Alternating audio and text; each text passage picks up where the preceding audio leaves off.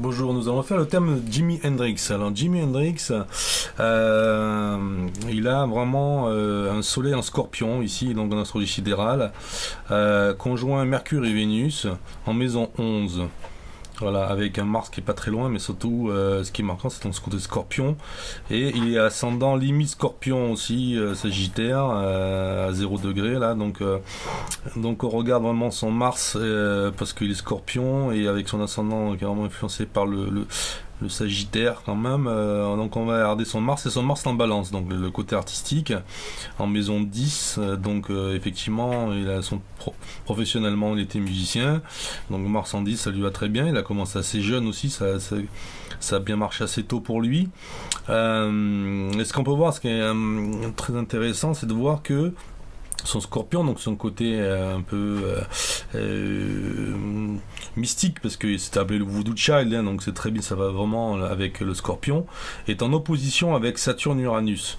Uranus l'électrique, Saturne le côté technique. Et c'est vrai que c'était un technicien hors pair, surtout que c'est en Taureau qui est là aussi vraiment un signe de musicien et de musique. Donc en fait, on peut voir ici justement sa virtuosité avec Saturne il travaille énormément sa guitare, passer des heures à jouer sur sa guitare, donc le Saturne en Taureau, et Uranus, le côté électrique, moderne.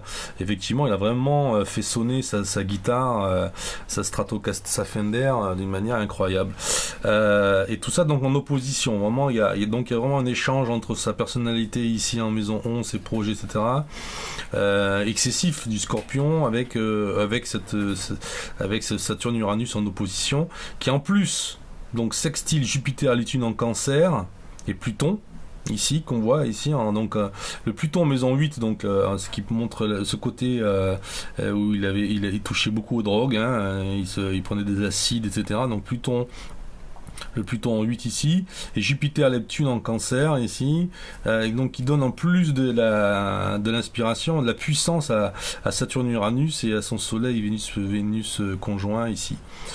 Et encore un Neptune encore pour l'inspiration, parce qu'il était vraiment très inspiré dans ses solos. Il y avait bien sûr un aspect de Neptune qui est en trigone à son Soleil, et en sextile, je veux dire, à son Soleil, et trigone à son Saturne Uranus. Voilà donc ce qui expliquerait donc son côté vaudou child, c'est-à-dire mystique, sa technicité avec l'électricité, donc avec la musique électrique, et donc là la guitare notamment, la virtuosité, l'inspiration avec Neptune, et la sensibilité aussi avec Pluton, Neptune, Jupiter, voilà. Et sa mort à cause des drogues, Pluton excessif, donc certainement donc une overdose à cause de son Pluton ici très fort en maison 8. Voilà, je vous remercie.